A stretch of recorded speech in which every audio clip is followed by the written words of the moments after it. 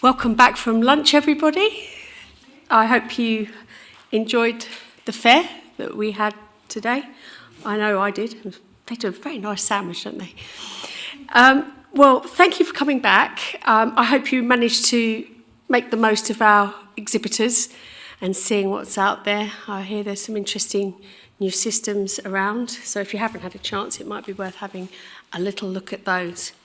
So we come on now to the Walker Lecture. I should explain that Ron was the founding father of the APAE, which is one of the organisation that eventually became the ISCVE, and that was a post-war organisation. So the ISCVE history is long, which is encouraging. So the Walker Lecture today is going to be given to us by Mike Davies, who's waiting to come and take his spot on the podium. And he's talking about tuning in to cybersecurity risks. And this is something that I understand will, obviously it's a big deal, but if we're designing a system, or if we have any elements that are open to the wider world and the internet, that we all need to be aware of, perhaps not only professionally, but also personally. So without any further ado, I am going to ask Mike to come and tell us all about it. Thank you very much. Thank you, Mike.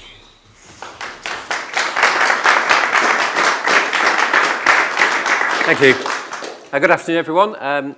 My name's Mike Davies. I'm from a company called Centrality. We've been in business for 27 years now, doing IT stuff, networking, all sorts of deployments into all sorts of industries, from retail and hospitality to public sector, medical transport, all sorts of different scenarios. We don't focus in one particular sector. And I was asked to come today and talk about cybersecurity and what the risks are, what some of the things we see in the industry. We've changed our business a little bit over the last 3 or 4 years to also take advantage of the cybersecurity opportunity, but to help our customers protect themselves, because I think we've moved into a world where even the smallest of risks can be exploited. And as an organisation, we've just been granted access to a particular small cadre of partners within Microsoft to do on an exclusive security program. And you have to be at a certain level to be invited to even apply for that. And I'm not blowing my own trumpet there. I'm just letting you know that we kind of know what we're talking about in this space. It's not like we're relatively new into the industry. We've been doing it a lot. So what I want to do is talk about the anatomy of a cyber attack. What do you see? What do we see when people are compromised? And a couple of years ago, this was my slide that I would talk through, and I would spend like an hour or 2 hours, or certainly sometimes 3 hours, talking about the different elements on this slide. But do you know what? It's really boring and uninteresting. But it is, right? I mean, what does it mean? So what I've done is I've tried to change it up a little bit and tell you a story about an actual cyber attack that actually happened and some of the things in it. Most of the stuff on here applies, but it's not icons. It's a story about humans and their reactions and some of the technology involved. But just before I get into my particular one, I just thought I'd call out a couple of initial ones. So a couple that have been in the news, and the one I'm going to tell you about in detail is not any of the two that I'm about to tell you about now. So Dixon's car phone. I'm not going to read this stuff out. It's not really my style, about reading what's on the screen. But you look at that and you think there was stuff connected to the internet with no firewalls, that was unpatched, that people weren't looking after properly, just kit of any form, and that's what the ingress route and the compromise route was. And they got a significant fine for that. Never mind the cost to the company. There was a fine from the ICO from that. That is not unusual. We might think that we sit here today thinking, oh, we're fine, our IT's fine, it's not a problem, blah, blah, blah. Our network's fine, our firewall ports are all closed down. It is a problem. There are significant amounts of organizations with compromises in their estate that your customers, the people, don't necessarily know about. You think you're protected because there's a report that comes out and shows you everything green, but you only need a tiny vulnerability in one corner of your ecosystem and your entire network can be compromised, which is effectively what happened with Dixon's car phone. And similarly with the British Library, I mean, that's a news story even this week that carries on about their inability to bring services back after a significant amount of time. So 31st of October, they still don't have things back online and they are still doing things in paper in the British Library. in London, which is kind of crazy. A lot of the reason they can't bring it back is the legacy systems can't be replaced because they were running and they're okay when they were running, but this attack was so sophisticated that they wiped out not only their existing server estate and the network estate and things like that, they then wiped out all the logs, they wiped out all the backups, and they wiped out, I mean, it was a kind of a terrifying, highly targeted attack. And I'm going to talk a little bit about this other example, but on the biggest thing, or a big thing to be aware of, is insider risk. So some people talk about insider risk of like people nicking documents and going away, or taking the intellectual property, or stealing a customer list, or going with a new project. But one of the weakest things in any IT or technology platform is the human beings using it, and we can't get rid of them to a certain extent. So we have to kind of help them. And this is, again, I'm not going to go through it, this is an example of a phishing attack, a very targeted phishing attack. It's actually for Centrality, the CEO. I don't run the business, but on the left, we've got someone purporting to be our chief security officer, going to our CEO, asking for some information and switching to mobile. Now, these guys knew what was going on. They knew they were being phished, so they sort of played along. But actually, it was just a start of a conversation. And we see this a lot. And okay, here they're just asking for some Google Play gift cards. But in the real world, they might be asking for passwords, or can you just change my MFA, or approve this, give me the code that's arrived on your phone, please, et cetera, et cetera. So moving on to this actual cyber attack that occurred, it was in 2023, so really recent. It was a company heavily reliant on technology, and not just, whilst I'm going to talk to you about their servers and stuff like that that's involved in their networking. They're very asset heavy, a significant amount of IoT, black box stuff plugged into networks, reporting data back. Again, I'm not going to tell you anything about the customer. It's not fair if I do. We would only just been engaged with them, which was, I guess, fortunate for them that we were, with what was about to happen. And there is some stuff in here that is a little bit vague, but I've deliberately made it vague because otherwise you might be able to work out who it is. So if you think, well, that doesn't make any sense, either ask me and I'll tell you what I can't tell you, or just go with that point and say it's fine. The other thing to know is really important is as I talk through this and talk through the story of what happened, we know things now after 120 days of kind of forensic re-examination as to what happened. What we didn't know at the time, or the people at the time didn't know what was happening. So we see now, and I'll tell you what's happening at any particular time, but actually the information that people had at that moment during an attack was really quite limited. And we need to bear that in mind when we start to judge them for some of the decisions they make, right, in a minute. So what was their environment? Super simplified diagram, apologies, but they had some Microsoft stuff going on. I'm a Microsoft partner, I talk about Microsoft, but the tech involved is irrelevant in this story, really. It's entirely irrelevant. They had some on-premise, they had some stuff plugged into firewalls, plugged into the internet. They had some laptops and PCs, just a typical client IT estate with their network. They had one server that was unpatched, running SharePoint. It had been there for ages. And the thing on the right, so if you've configured some stuff in Microsoft, it will tell you, hey, guess what, you're not very secure. It's Microsoft's way of saying, hey, guess what, you're not very secure, give us a load of money and we'll make you secure. But they at least had an indicator that they knew about. And when we first got involved with them, we said, hey, we think you've got a problem. For about $5,000, I think we quoted them, we can fix that problem. It's not going to like holistically make you more secure, but there's a very tangible issue here. And they said, oh, don't worry about it, because our on-premise stuff is managed by an IT company, not you guys, Centrality, thanks very much. We know about it, we're going to get rid of it at some point. It's fine, right? So you go, okay, not a problem. You said not. So along comes a hacker or a bad actor, and you might think, well, okay, so you've effectively got a server that's sat there with a vulnerability behind a firewall.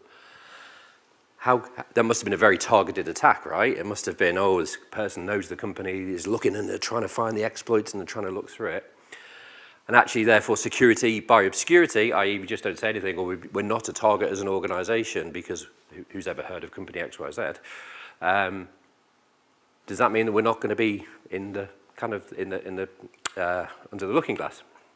However, there are websites, search engines publicly available that are like Google for IP addresses. So preparing for this presentation, I've used non-UK companies as examples from this website rather than UK companies. But on this website, I searched for, you can put in a string that does a bunch of searches. I want to know what vulnerabilities exist in this one's in Greece, and show me some information about it. This is not me doing anything technical. I'm not particularly technical. I just use this freely accessible website called Shodan, which you can go to yourself and put in your own IP addresses or domain names, and it will tell you. And all this website's doing, and it's legit. It's not a hacker's website. It's a legit public company. It's scanning the internet's IP addresses for all known vulnerabilities all day, every day on a cycle. That's all it does. And then it catalogs them and allows you to search it. Now, I've redacted some stuff from this presentation, but I don't need to because you could go and find this out yourself, right? This is publicly available information. And what it's telling me is an awful lot of information about this. And if one of the things it does tell you, this is a huge list, and obviously I can't scroll down, but if I was to scroll down, there was this image. So it's taken an image of a server connected to the internet that's just been left by a random installer. And on this information, it's taken some OCR. So it's looked at the text on the screen, this Shodan search engine, and has pulled it out. And again, I've redacted it, but you don't need to be too clever to take some of that information that is on this screen, stick it in, again, publicly available websites, and I found the persona, or the actual human being's contact details of a person logged into that server, because the company's name was visible on that screen, as was that person's name. And so I found them on LinkedIn. Okay, so all of a sudden I've got a server with a vulnerability. I know a little bit about their organization, because I know the organization name and I can see their website and public records. And now I know someone that works in IT in that organization, and I've got his contact details, and I can start to socially engineer, like I showed you with that WhatsApp and email tray. These things start to happen. These are not difficult things to get. I think I put this present, it's taken me longer to talk about these two slides than it has to actually get the information out of them, right? So if you think that, okay, there might be something, but no one's ever going to know because it's hidden away, and there's no DNS entry, or there's nothing point, there's no website available, it doesn't matter. This information is out there. And if you're out there and you're being scanned, people use, this is a commercial service Shodan, you can subscribe to it and it will send you push alerts when it finds a new vulnerability on an IP address. So if you didn't have the best of intentions, all of a sudden you've got a business development model for your cyber attack business that says, okay, I will go and attack you now.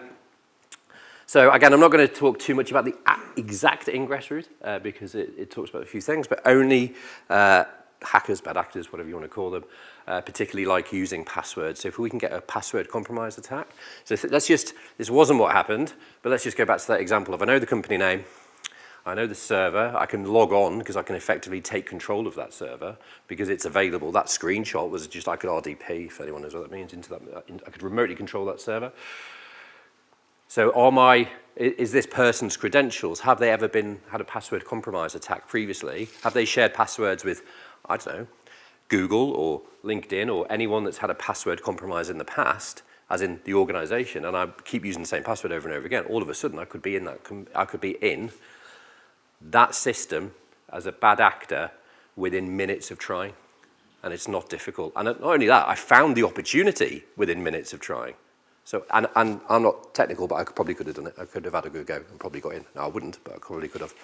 So I'm just trying to labour the point, if I haven't already, that just because you think, oh, we've got firewalls and things are done, it doesn't matter. If you think, well, okay, there could be a supplier that you're working with that's done something and put a request in for an inbound port, or all sorts of stuff leads to this stuff that compromises your other parts of the ecosystem. It doesn't have to be something you're necessarily responsible for, certainly in larger networks. So this person used one of the processes similar to what I've described to get into the network, and they got into the infected, the machine that needed, that wasn't updated, and they laterally moved across the network because once you're in, you're kind of in. So what they did is they moved from one server to another, and then they set up an admin account on that server that had a name that looked just a little bit like an admin account. It was called IIS space admin, as opposed to the standard one, which would be IIS no space admin. It's quite difficult to spot. The client certainly didn't spot it. And once they were in, they are now hiding behind a new account that looks just like a regular admin account or one you might expect to see on a system. They started looking around the network. They started having let's just see. This is the reconnaissance mode of the infiltration. So I know it's after lunch, and I know you probably all want to go. Oh, you don't want to go home. You want to go back to the exhibition. What am I talking about? If I could just ask a question by a show of hands, who thinks, by a show of hands, whether they were using commercially available software to do their reconnaissance? Anyone think they're using commercially available software? Yeah. So hacker tools, we're using special hacker tools. Anyone think they're using special tools? No. The actual answer is they weren't using anything. This was entirely hands-on. All of their reconnaissance was human being, keys, and anything that was available within the operating system. So like just going into Windows Explorer or going into anything that currently existed. So at no point in this infiltration has malware occurred. Okay, nothing's been detected because nothing's happened. They're in the system, and it's like, oh, well, I can get around, I can see everything. And one of the things they found was the IT admin's OneNote on his laptop, which contained all the details of the rest of the ecosystem, right? So they found the Azure instance and the servers. They found some passwords for routers and Wi-Fi and things like that they weren't keeping in a password manager. And then he started to make some notes, and we were watching him real time. And again, they don't know any of this because we're 4 months later, we're looking back with the forensics as to what happened. So you think, well, okay, I've got my IT documentation, awesome, aren't I? Good. So he had great documentation, and that was part of the downfall because his IT documentation was live and on his IT system. So they found it, and they exploited it, and they found more stuff. So I just really want to make the point here that I think for years, and I'm bringing Centrality into the mix here, right, or certainly including ourselves in it, is we build our defensives in technology traditionally by putting up massive walls around our systems and going, well, that's okay, because we've got a big wall, no one's ever going to breach that. But that is not how people work now. It used to be, okay, if we can get in, if we're protected from a bit of malware or a worm or a virus, that's fine. But actually, security via strength in depth is absolutely vital. Now, I was having a conversation with a client yesterday, and we were saying, oh, it's fine, because no one's going to get in our network. Therefore, we won't have a crypto event or anything because our network's so secure. And I think that thinking is, well, pride comes before a fall, basically. They didn't think, I was trying to sell them something, so I was obviously going to criticize them slightly. But effectively, I was just trying to explain that they can't rely on one thing. We were saying effectively all your different devices, just disconnect them from each other because they all can see each other. And not at the network layer, it's sort of the OS layer. And they were like, no, don't worry. So anyway, we'll see what happens. So back to it. So these people were in. They were looking. They discovered. They knew the estate of the cyber estate. They knew the cyber estate and what it looked like. So the question is, how long were they in for? That's another question for you. Sorry. Were they waiting for? Oh, sorry. Let me tell you. Sorry. I've skipped one. Right. Not how long? They were in for 6 weeks. Right. They were in for 6 weeks with it. Before they did anything, if you've been very quick, you've seen the answer. But anyone guess what they were waiting for? Sort of, yeah? No? No other guesses? What they were waiting for was the company's financial results to be published, so they knew how much to set the ransom for, right? Because what you don't want to do, not that I know this, but as a bad person, what I don't want to do is overstretch the organization. I want to know they can afford it and not bankrupt them. I need them to be a viable, ongoing proposition where it's difficult and hard to make the payment, but that it's like, oh, okay, we'll do it. We've got the money in the bank. We can borrow some if we need to. We will keep going as an entity because guess what? They're probably going to come back at some point in the future. They don't do anything different and go again. So they're waiting for their financial results to be published to know how much the ransom was. And once they knew that, they cryptoed the entire server estate. Just took everything down. So 6 weeks of prep, the entire thing unfolded over 4 hours once they pressed the button, right? And you might be thinking, well, hang on a minute, it says Microsoft Defender at the top. I thought that was good, or you might be thinking it's terrible, but I'll tell you, it is good, right? From an enterprise security perspective, so what happened? Well, it was turned on. The company had turned it on. they'd put it on in audit mode, and no one was looking at the logs and the alerts. So when we used to install software, I don't know if any of you remember, you used to press sort of next, next, next, finish when you install software in the 1990s, and that was it, software installed. They'd done the cloud security equivalent of next, next, next, finish, right? So they'd installed this software, they'd paid all this money to Microsoft at £10 a server a month or whatever it is, right? And they've got it, like, amazing, we've got it. But they hadn't turned any of it on, apart from the most basic stuff. It was logging this attack. It logged it. It even logged some of the recon that happened when we went back and looked at the logs. But because they'd only turned it on in audit mode and not alert mode, no one was telling it. And no one gave a hoot anyway. They just was like, we've done our work. Great. So just going back then a little bit, 1.5 hours, so the attack started about 10 p.m. 11:30 at night, the support co phoned and went, we have an alert. We think something odd is happening. So they not us, this is the on-premise support company. They phoned up the IT team, which is their job, to say, hey, something odd's happening. What do you think? And they went, well, I'll let you choose. Did they enact their rigorously planned cyber defense thing? Did they shut everything down? Try and stop it? We can put some hands up if you like, or we're going to just talk you through this. Or roll over and went back to sleep. So who votes for A? Anyone vote for A? No, it's definitely not A. B? Yeah, got a B. C, try to stop it. That would make sense, wouldn't it? Yeah. No, they just said, don't worry about it, I'll deal with it in the morning. Genuinely happened. So I don't think there's anything they could have legitimately done mid-attack to have prevented it or stopped it, but my goodness, they'd be several hours ahead of the curve that they were at 8 o'clock the following morning.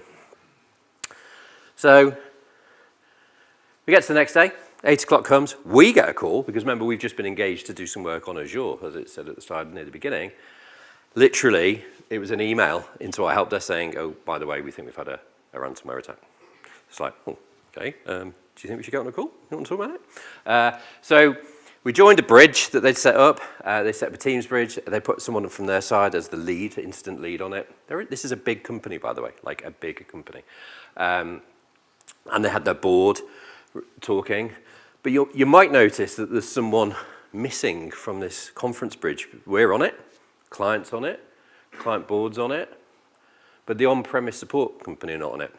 Because they were phoned up and invited to join, and they said, show me the money.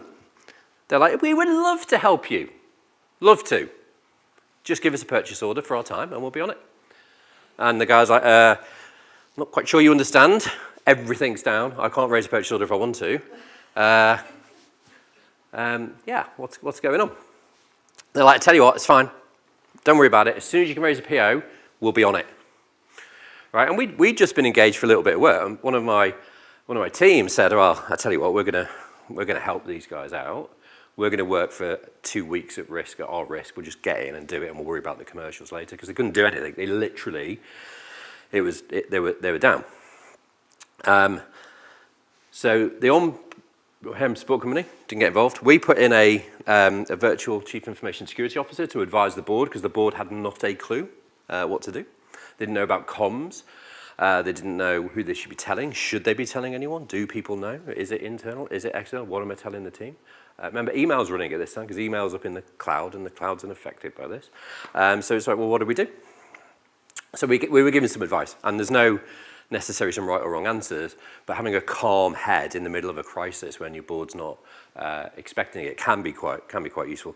So just another question. Does anyone think you probably should tell the ICO 11 a.m. at this point? Do we need to say, yeah, oh my goodness, I've got to tell the ICO? Yeah.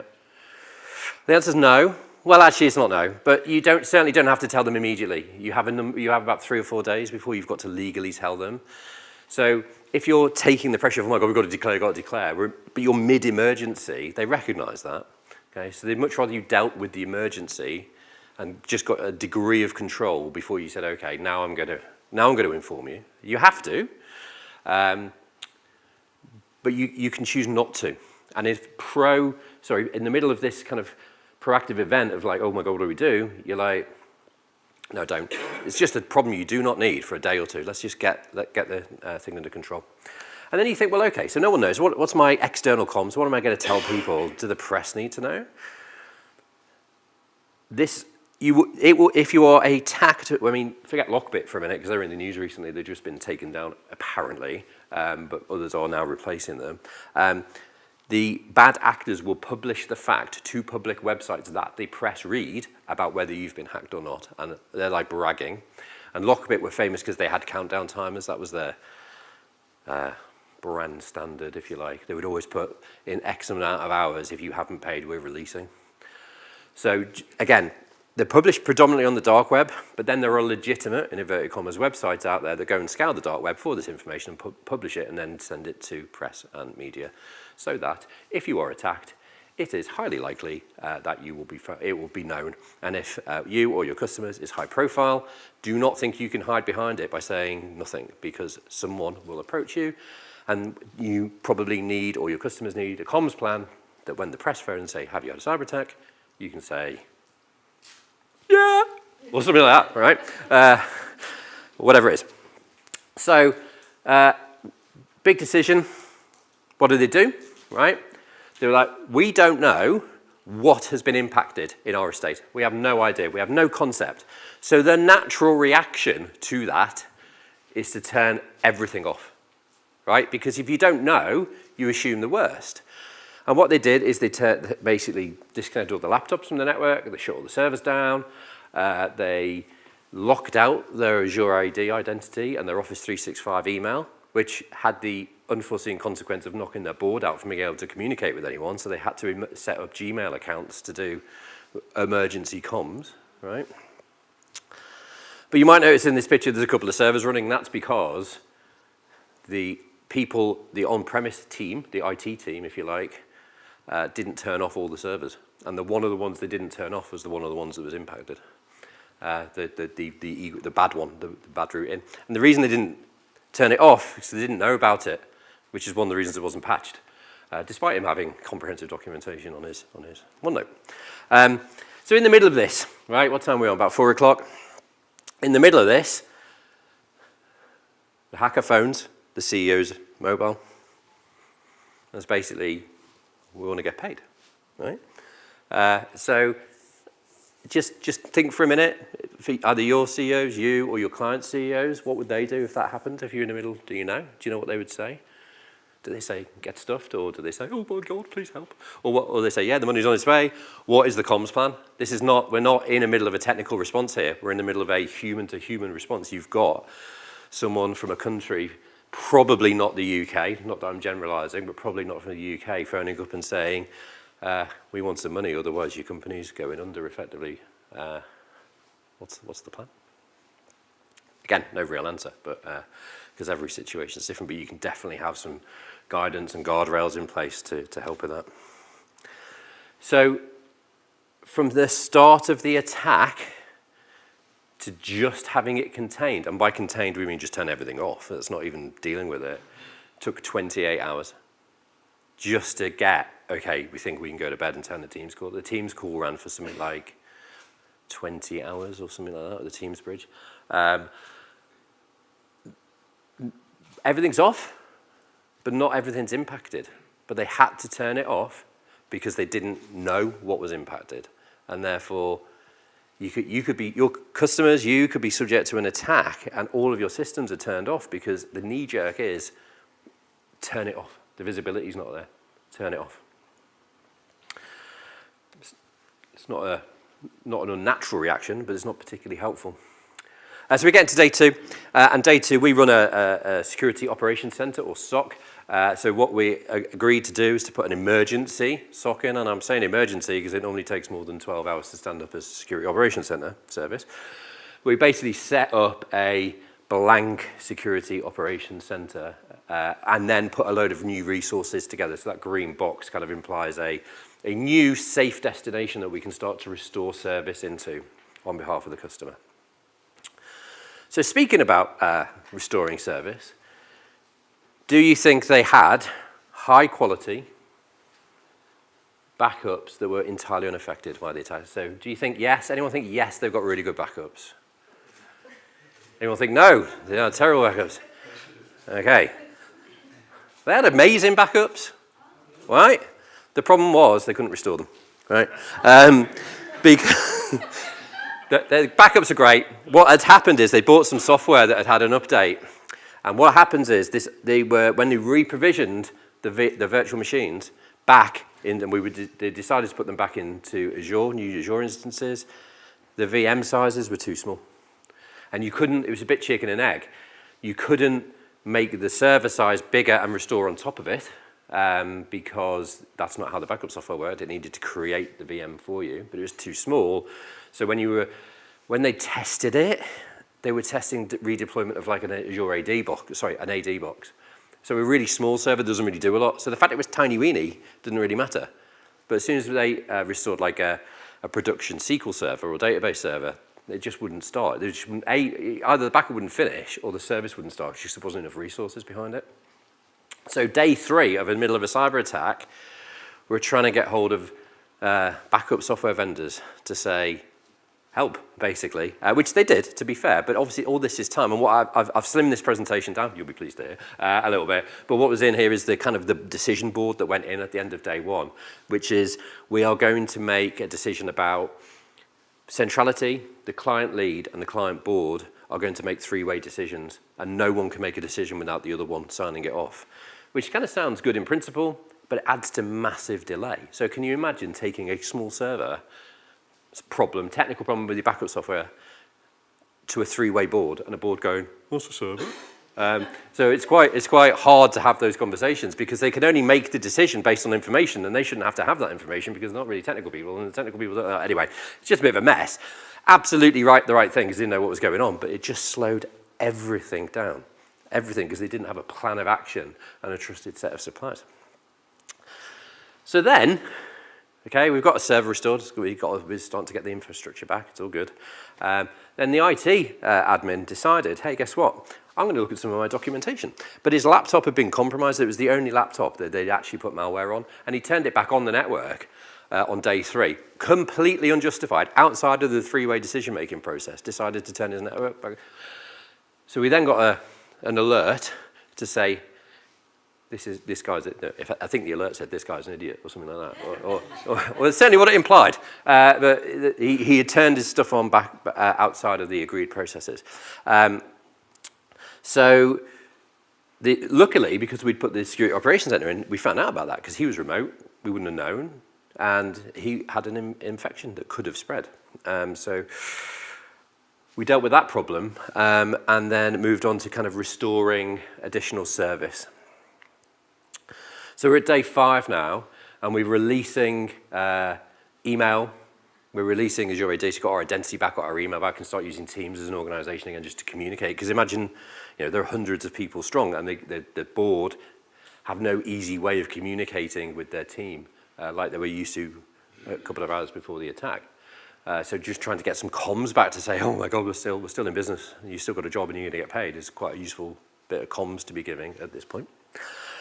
And then they started rebuilding laptops from scratch, from the ground up, and they were bringing people into the office one at a time. And it's moderately farcical, and I didn't put it in the slide deck, but they even had a bomb scare. No, sorry, not bomb scare, a gas leak. The customer on the business park next to them had a gas leak, so they had to evacuate their building, and they couldn't build any more laptops. I don't think any business continuity plan would have that in. It wasn't their gas leak, but they still had to leave the business park. And again, weird. You'd think I'm making this up, but I promise you I'm not. I can't prove it because I'm not going to tell you it is, but I promise you I'm not making it up. One of the employees was like, oh, screw this for a game, soldiers, I'm off. So downloaded 70,000 client files from the SharePoint site on Office 365 because he was going to get a new job. And again, the SOC, the Security Operations Center, found this information out. This is day 7. This isn't like in a year's time. This had happened. This is just happening. Stuff is going on. And so they were able to have a conversation with this person to say, what are you doing? Or words to that effect. And they had a conversation when they found out with the company he was going to. So his job offer was rescinded and he was sacked for gross misconduct from his current job. So that was good, right? Because they couldn't take the 70,000 files that you downloaded about this organisation and their clients and their procedures and their blah, blah, blah. So that was good, but the fact it was happening mid-crisis was it's a bit of a knife in the back, I think, anyway. So we're day 60 into our process. We've got service back, most of it, not all of it. We've got our service back. We are still talking to them on a daily basis. They are provision most of it. We didn't re-provision some old services. They decided we'd move to maybe like a SaaS HR product instead of their on-premise HR product. It just kind of facilitated a move of certain services. So 60 days from attack, they got back to less than they were when they started. Okay. So let's just count some of the cost of that. So we quoted, if you remember, a few minutes ago, $5,000 to fix the problem. Now, look, they had enough problems in that organisation. If they'd spent the £5,000, that one ingress route might have been shut down, but it doesn't mean there weren't other issues that needed to be resolved. But if you've got a big red glaring thing doing that at you, you probably should address it, and then you can worry about the stuff that you can't see. We also put some recommendations in at the beginning, which they also didn't do, to the tune of about $25,000 on top. So I guess the question is, well, I know what the question is. What do you think it cost to remediate? Just ballpark. So this is the cost of the activity to bring the service back. It's not all paid to us, but just the cost that bring the service back. Liaison with suppliers, backup partners, blah, blah, blah. Anyone want to hazard a guess? $500,000? Anyone else? No? Okay, well, it was £850,000, right? That was not opportunity cost lost or lost revenue, as in they couldn't trade for a number of days. That was purely what they had to pay out from their bank account to companies like Centrality. Again, I was going to say I wish we got more of it, but you know what I mean? Like there was a number of partners involved in redeploying that software vendors because the software support didn't include any kind of event management on some of their products. So it was a lot of money. Think about the amount of people that needed to come into their office and have their laptop rebuilt. That's not necessarily a cheap thing to do. So yeah, a chunk of change. And then there was some other costs, right? So 5 days before even the first users got back online, 60 days for major or the majority of service restoration, and some significant operational disruption. It's my favourite line. The IT team were reshaped and reorganised. The damaged partner relationships, that on-premise support company no longer has a relationship, as you might imagine, due to the show me the money situation. And there was some reputational damage because it did get out, and that's why, if you ask me how much it was, how much the ransom was, or whether they paid it or not, I'm not going to tell you, because then you can reverse engineer that info. Okay, last two slides, just some things to consider. Is your entire, or certainly the environments you guys work in, are they really secure? Is the whole of the environment really secure? And if you're sitting there thinking yes, you're probably wrong. Right? Because it's really difficult, and it's not me being flippant, it's like there will always be something that can be improved, and you've got to find the balance constantly between, well, if I improve it, do I then stop users being able to work? And there's all those kind of horrible things when you get, it's definitely a law of diminishing returns, but it's a law of diminishing returns compounded with the fact that security landscape changes every day. So new threats are alerted or new actors are out there. Again, just look at some of the questions. Would you know if you've been infiltrated? This attack, they were infiltrated with hands-on. There was no software involved. That's quite difficult to spot that someone's in there, because if you're just acting like an IT admin, named as an IT admin, and you are an IT admin for all intents and purposes working remotely, how are you being distinguished differently between you and a bad actor that's doing that job? Is your security software fully deployed? Might be installed. Is it fully deployed? Is it up to date? Are you logging? One of the problems they had here was that some stuff wasn't logged, so it was quite difficult to go back and work out what had happened. And does adherence to tech standards apply everywhere? So I worked just slightly off piece. I've got like -1 minute, I know, so I'm nearly done. I worked for lawyers, did some work in there. So they got an attack before I got involved, and they got an ICO fine of £98,000 because they had a number of issues in their estate after the attack. And to mitigate that fine, it was 250, to mitigate it down to 98,000, they said, oh, we're going to be Cyber Essentials Plus everywhere. And what the CIO did was put 2 laptops in front of the Cyber Essentials auditor that were Cyber Essentials Plus standard, but only those 2 laptops in the estate were. So he's no longer in role because he was duplicitous. Slightly away from the technology, is there a plan? Have you rehearsed it? I know we've done some exercises where we've pretended there's been cyber incidents to the board. You've got to be pretty sure in your job role and your relationship with the customer to be able to enact one of them at the board level. But it does get some really interesting results. How do you, the people you think would step up to the mark and make the sensible decisions and act properly are not necessarily the people that do. And actually, if you don't, you can do desktop versions where they're aware just to get a sense of it. Have you got a plan? Do you test it? Is someone looking at the environment? If you're not looking at it, you can have all the tech in the world, all the protection, but unless you're actually looking at it, do you know what's happening? And would you know exactly what to do in the event of attack? And again, if you're answering yes to that last question, you're probably not thinking about it properly. You should have a set of guardrails and a set of principles, because no 2 attacks, even from the same organization, are the same. So you've got to think about what we allow ourselves to do, how should we respond in generalities, and then have a decision-making plan and a board that can move quickly to make some of the decisions amongst those guardrails. Okay, that was 40 minutes, I think, or 42 minutes, apologies. Thank you. If there's any questions, I'll take them now, or I can be around later. Oh, sorry. Yeah. Doug at the front, please. A quick question. You talked about the cost to the company of this security breach in terms of what it costs them to get up and running again, and plus there's the opportunity cost as well. Yeah. And I know you can't quote the exact figures, but how would that compare to the amount that the bad actors were asking in terms of ransom? It was more.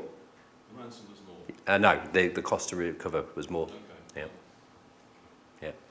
Yeah. The problem is, if you were to, let's just hypothesize that they paid it for a moment and restored their service, what happens at that point? Yeah. They're just as vulnerable. All you've done is restore a vulnerable environment.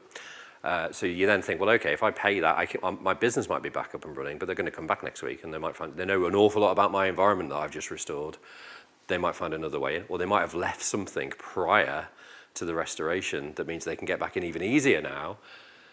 And therefore I think, okay, the board would sit at the next board meeting and go, crikey, we got away with that, and it only cost us X, but we're back up and running again. And then someone says, well, hang on a minute, what I've just said, we now need to pay several £100,000 to sort out the situation. I mean, it's an extreme, when you're in extremis, the money goes up. But yeah, you're not going to get away with some IT re-engineering just because you paid a ransom. So. No, I was just thinking, I think they were very sensible in going on the 27,000 question was Okay, yeah, good. Yeah, that's why you need the plans and the risk assessments and all that sort of stuff, right? Yeah. Yeah. Oh, sorry. Like password manager software business. We've got a small business. I'd like to think that we're reasonably safe, but sadly I've got no doubt we haven't done half the things you mentioned on the thing there. Password protection is one of the things that we've been looking at. How on earth do you trust somebody to have one of your passwords? Do you look at these companies like LastPass, and are they backed by some sort of insurance where, so if I give you all my passwords, you've got control of my environment, and then you leak it, are you then going to cover the cost of me having to pay 850 grand to get you back in to fix it? Well, hopefully not me personally, but I get the point.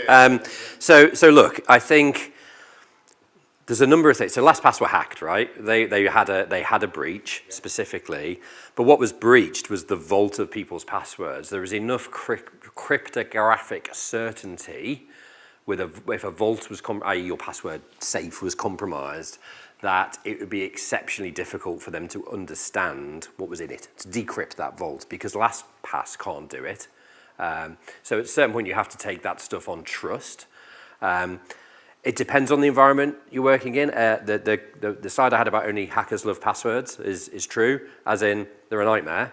If you have access to a password, you have access to systems. There are other ways now, depending on the technology you're into and using, where you can have passwordless authentication, whether they're managed identities, whether they're trusted based on multi-factor authentication. But the idea of a username and a password as the sole authentication process into something is kind of, it's a bit shaky grounds now. If you think I'm going to write 2 things down on a piece of paper, and with those 2 things I have significant access into some technology systems, and literally that's all I need, then that's quite a bad place to be in sort of 2024.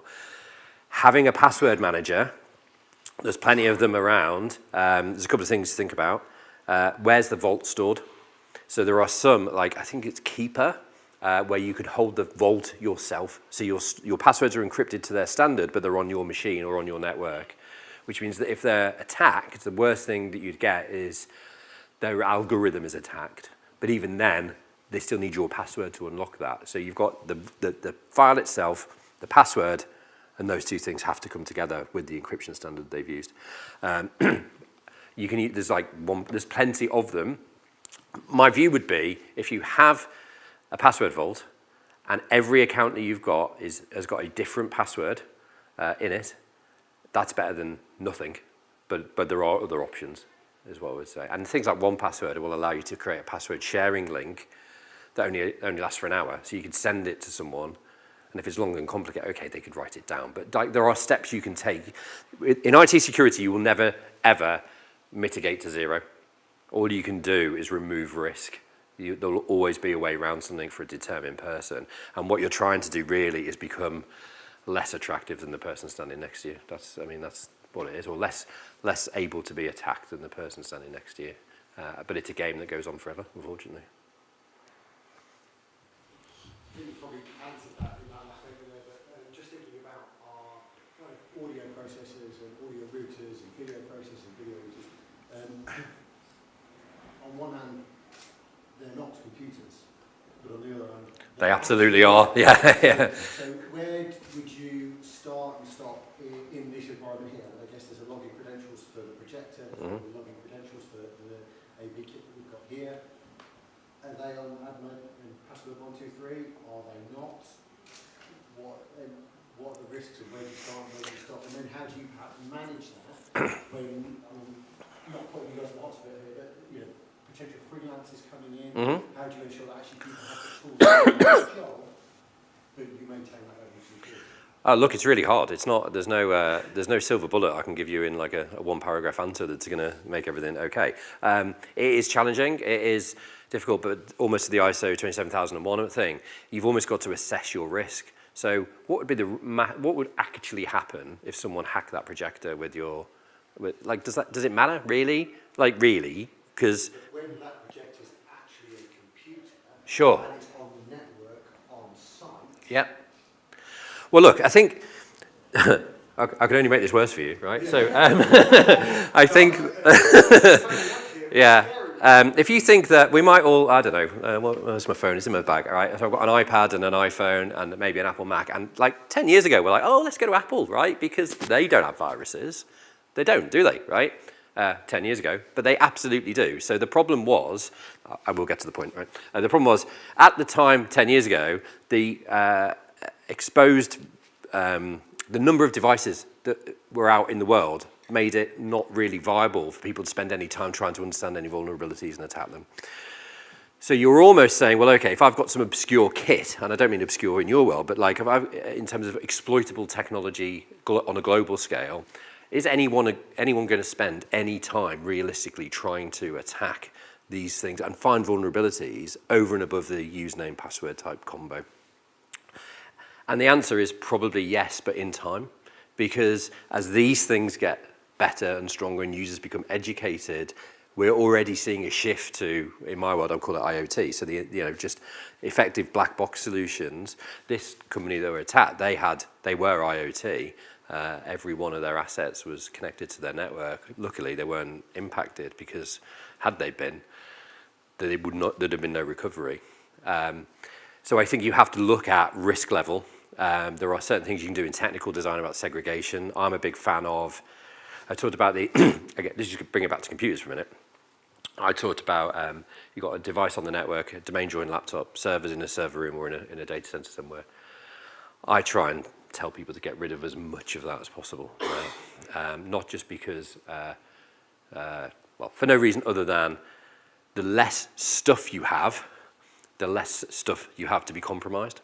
So if you think about, I've got 100 servers, well, there's 100 vulnerability points never mind all the individual ones on the actual individual servers themselves. So if you can reduce down your amount of infrastructure and the amount of stuff that you have down, it allows you to then think about, well, okay, how do I make what I've got safer and more secure? So if I take a standard modern IT deployment and there's two laptops sat next to each other in an office or in a coffee shop or something, they can't see each other. They can't talk to each other. They're segregated from each other.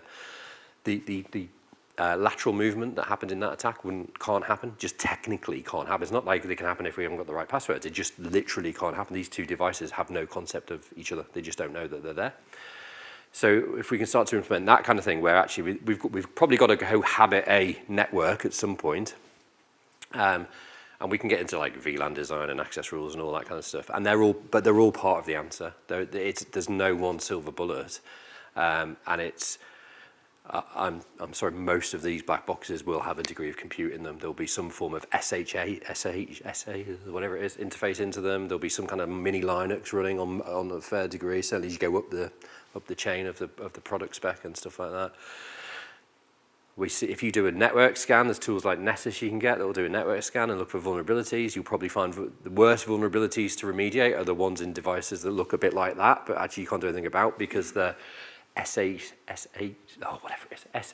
version is on version 6 and it needs to be 8 to be compliant. And then you go, well, what do I do? Because the vendor's gone out of business. So do I now got to buy a new bit of kit to be compliant? Or do I manage my risk? Or do I put some protection around it? Well, I'm giving you a massively long answer without actually giving you an answer. I recognise that. But the problem is there's not really an easy approach. That's reassuring because in the back of my mind it's like, do I go and buy that absolute no-no chamomile tea so I can probably try and get to sleep tonight? Or do I set to enacting the little thoughts that I've had as you went through that? Like, actually, I could tighten that up, actually, I could do that. It will be the little thing that probably gets you, actually. So if you are sitting there today thinking, I can think of some things that is probably not as good as they could be, if you've got the things that you know about that you're not addressing, please address them. And then you can worry about the stuff you don't know about, right? But if you're not addressing the things that you do know about, then, you know, God help you. Yeah. All right. Are there any more questions? Yep. The example you showed, they didn't have a plan in place for in the event of a cyber attack. How much do you think could have been mitigated or the time scales reduced if they had a plan? Well, if they'd had most people think about cybersecurity after they've been attacked, right? So we set up a security operations center, and the easiest person to sell to is the one that's just having an attack. The hardest one to sell to is the one that thinks they're absolutely fine and they don't need one until they then need one. So I think it starts earlier than the plan. It starts with a view at the board level as to whether cybersecurity is actually important to the organisation or not. And that's quite hard because it's a cost. It's an insurance policy. Good cyber is an insurance policy, right? It's like not even a security operations center, just doing cybersecurity well is a cost that doesn't really bring any benefit. Like, I don't mean that it brings a benefit, it makes you more protected, but it's not like, oh, well, listen, my users are 10% more productive, or I'm reducing my asset costs down in my estate, or... Where's my return on investment? There isn't one until you've really got a problem, right? So if your board's not taking it properly, there's no point having a plan, right? Because they're just going to ignore it. But in terms of the actual question, how would the event have unfolded differently if they had it's a bit unknowable, but I think the restoration would have been quicker because we wouldn't have gone through this kind of three-way decision-making process which dragged everything through a mire, and it was really quite painful. We would have probably, in their plan, they would have had a standing purchase order or agreement with their on-premise supplier who could have mitigated the on-prem stuff a bit quicker and brought knowledge back to the party a little bit. They would have done, if they had a plan, they'd done some penetration testing once a year maybe, or once every 6 months, and got a view on what was out there. But again, it's hard to say. It's hard to say. And look, put an IT security response plan together is not exactly the most costly thing in the world. It's more cost the board's time and patience than it does in terms of actually producing one and getting them to go around and do a desktop exercise and acting it. So I would imagine they're not alone in having that approach to... Oh, it's absolutely terrifying. I mean, I do this for a living, sort of, and the amount of people that don't take it seriously or think, oh, well, it's never going to happen to me is kind of tragic. It happens to more people than you think. In fact, so yesterday I was presenting on a completely different subject in Milton Keynes. And in the meeting, so there is with our customers, so it was a customer event, and 3 of them had an alert from our Security Operations Centre in the meeting, independently. And it was good because we were trying to sell that service to some of our other customers who were a bit snotty about having one. And we couldn't have paid them to give us a better advert. But it was just stuff like this person's account looks like it's been compromised. You know, it's stuff that you've got to be on top of all the time, otherwise you're going to have a problem. Okay, great. Well, lovely to meet you all. I have some flyers if you want to take some and learn a bit more about Centrality and the services we offer. Feel free to come and take them. I was going to leave them on chairs, but I thought I could shout it up, so I didn't do that. Could All we right, please thank Mike? Thank you very much.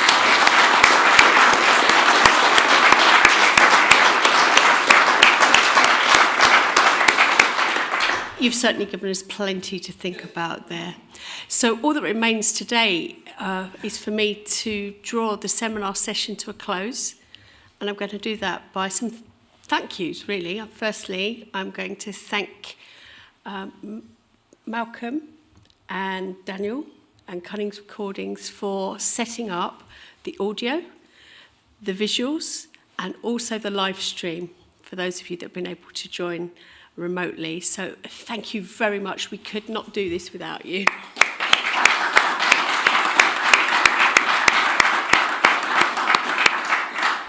Thanks have already been given to the Secretariat, including Ros, Sarah, Colleen, and also Phil Price does deserve a mention for all of the effort that he goes to. So if we could give them a round of applause, please.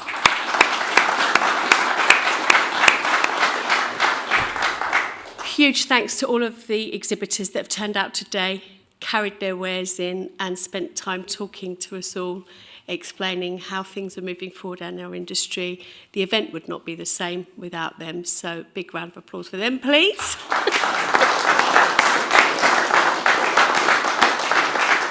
And lastly, by no means least, thank you to you for coming out today, for coming and being part of the Institute and for meeting with their colleagues as we all try to do year after year. Obviously, there'd be no point doing this if you didn't have the time or find the time or make the time in many cases to come and see us year on year. I look forward very much to welcoming you all back next year when I have absolutely no doubt we'll be putting on yet more 3 very interesting seminars and a wonderful day for you all. So thank you so much for joining us today.